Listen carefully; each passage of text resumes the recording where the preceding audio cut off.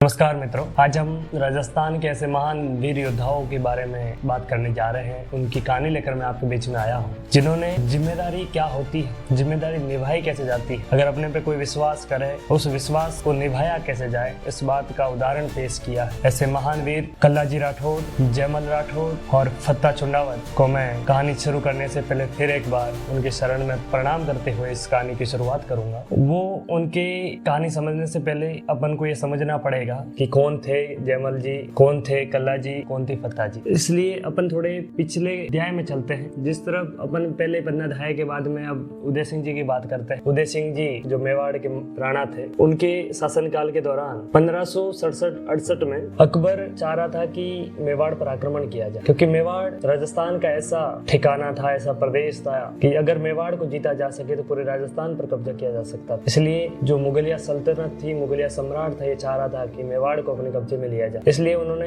कोशिश की 1567 और 1568 में उन्होंने मेवाड़ अर्थात चित्तौड़गढ़ पर हमला करने की मन में ठानी और उन्होंने सोचा कि चित्तौड़ पर हमला कर लेते हैं। तो उस टाइम मेवाड़ में लगातार पहले भी बहुत साके हुए। जिस टाइम लगता है कि दुश्मन की सेना ज्यादा है और खुद की सेना कम होती, तब राजस्थान में ये प्रथा थी कि साका किया जाता था। और मेवाड़ के इतिहास में ये लगभग तीसरा साका था, चित्तौड़गढ़ का तीसरा साका होने की तैयारी थी। तब आपस में चर्चाएं हुई, बातचीत हुई कि किस प्रकार युद्ध को रोका जाए। तो उस समय टाइम मेवाड़ के सामंत थे, मंत्री थे, उन्होंने आपस में सोचा किस प्रकार मेवाड़ को अर्थात चित्तौड़गढ़ को किस प्रकार बड़ी जो हानि है उससे बचाया जाए, क्योंकि जब साका होता है तो उसमें बहुत कुछ टाइम लगता है फिर से अपने राज्य को स्थापित करने में और फिर से नई राजधानी को तैयार करने में। इसलिए उन्होंने सोचा कि हर बार अपन लड़ाई करते हैं, अपना राजा लड़ाई के दौरान शहीद हो जाता है, अपने मेन जो सैनिक होते हैं, बहादुर सैनिक होते हैं, वो सारे मारे जाते हैं। उसकी